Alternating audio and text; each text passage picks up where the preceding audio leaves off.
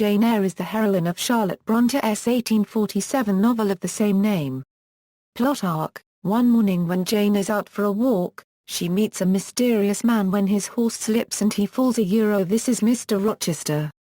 Jane and Rochester are immediately interested in each other. She is fascinated by his rough, craggy, dark appearance as well as his abrupt, almost rude manners, which she thinks are easier to handle than polite flattery.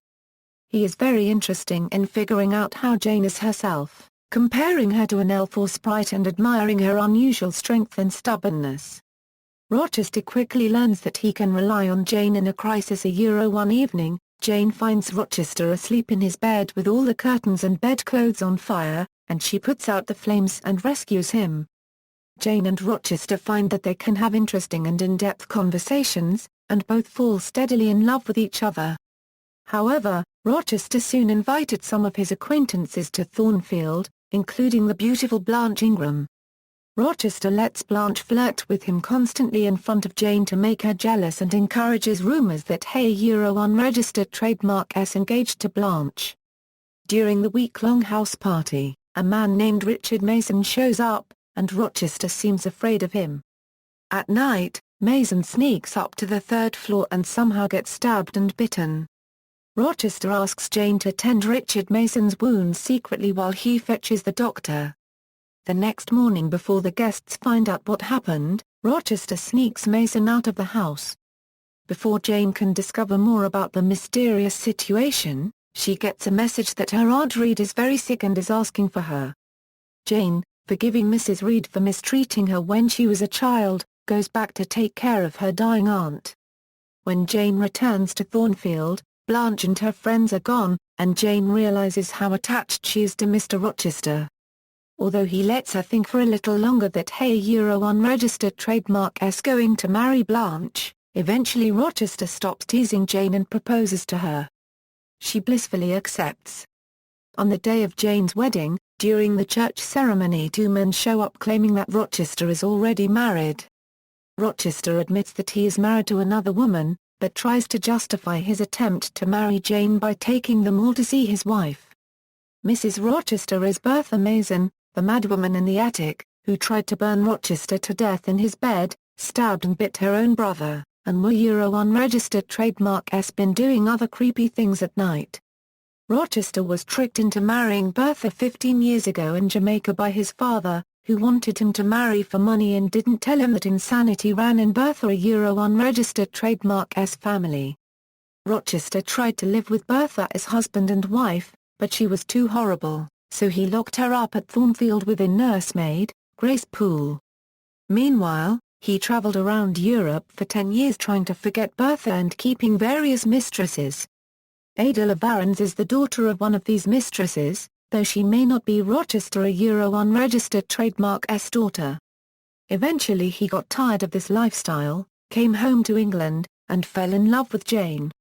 After explaining all this, Rochester claims that he was not really married because his relationship with Bertha wasn't a real marriage. He wants Jane to go and live with him in France, where they can pretend to be a married couple and act like husband and wife. Jane refuses to be his next mistress and runs away before unregistered trademark is tempted to agree. Jane travels in a direction away from Thornfield. Having no money, she almost starves to death before being taken in by the Rivers family, who live at Muir House near a town called Morton. The Rivers siblings are Diana, Mary, and St. John are about Jane unregistered trademark's age and well-educated, but somewhat poor. They take wholeheartedly to Jane, who has taken the pseudonym Jane Elliott so that Mr. Rochester can't unregistered trademark find her. Jane wants to earn her keep, so St. John arranges for her to become the teacher in a village girls' unregistered trademark school. When Jane unregistered trademark's uncle Mr. Eyre dies and leaves his fortune to his niece, it turns out that the Rivers siblings are actually Jane unregistered trademark's cousins, and she shares her inheritance with the other three. St. John, who is a devoted clergyman, wants to be more than Jane unregistered trademark's cousin. He admires Jane unregistered trademark's work ethic and asks her to marry him, learn Hindustani, and go with him to India on a long-term missionary trip. Jane is tempted because she thinks she a unregistered trademark D be good at it and that it would be an interesting life, and she would be doing God's work. Still, she refuses because she knows she doesn't love St. John, and he does not love her back. He just believes Jane would make a good missionary's wife because of her skills. To top it off, St. John actually loves a different girl named Rosamond Oliver, but he won a unregistered trademark T. Let himself admit it because he thinks she would make an unsuitable wife for a missionary.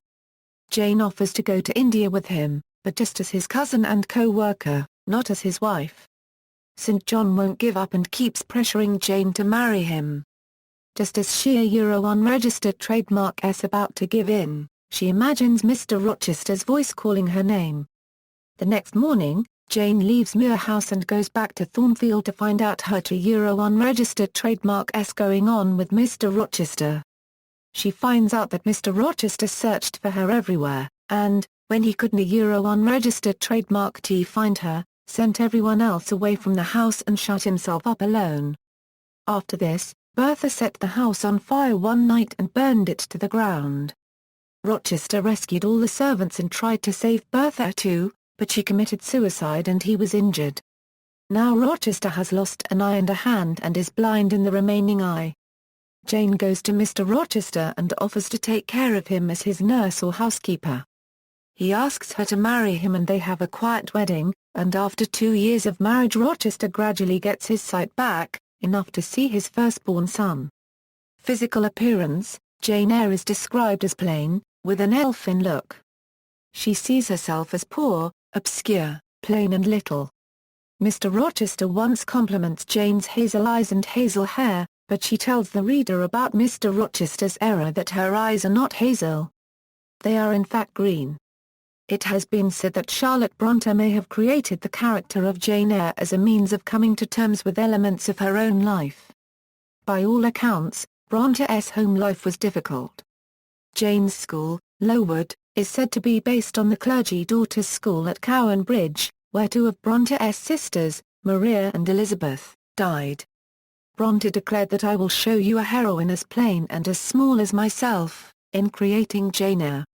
When she was 20, Brontë wrote to Robert Southey for his thoughts on writing. Literature cannot be the business of a woman's life, and it ought not to be, he said. When Jane Eyre was published about 10 years later, it was purportedly written by Jane, and called Jane Eyre, an autobiography, with Cara Bell merely as editor. And yet, Brontë is still published as Cara Bell, a man. Historical and cultural context. The novel Jane Eyre has been described by historian David Hackett Fisher as evocative of a cultural and geographic milieu of the North Midlands of England that in the mid-17th century had produced the Religious Society of Friends, a Protestant religious sect. Many members of this sect immigrated to North America and settled the Delaware Valley in the late 17th and early 18th century. This geographical area had for many centuries contained a significant population of Scandinavian-descended people who were oppressed by and resisted the Norman conquest based in French Catholicism and had remained distinct from the Anglo-Saxon culture that produced the Puritan sect. The Jane Eyre characters examined inner soul and self with some emotional availability and overtones of a communitarian Christianity, plain appearance, view of women as equals to men in economic and political rights and responsibility, and power of dissent and civil disobedience are features of Religious Society of Friends' political and cultural views. These views later informed the drafting of the United States Constitution, including its concept of person, as embodied in drafting done by John Dickinson, who was of this cultural and political ancestry and represented the Delaware Valley at the U.S. Constitutional Convention. In the 2011 film adaptation of the novel, Judi Dench, who comes from this cultural and religious background, played the character of Mrs. Alice Fairfax. References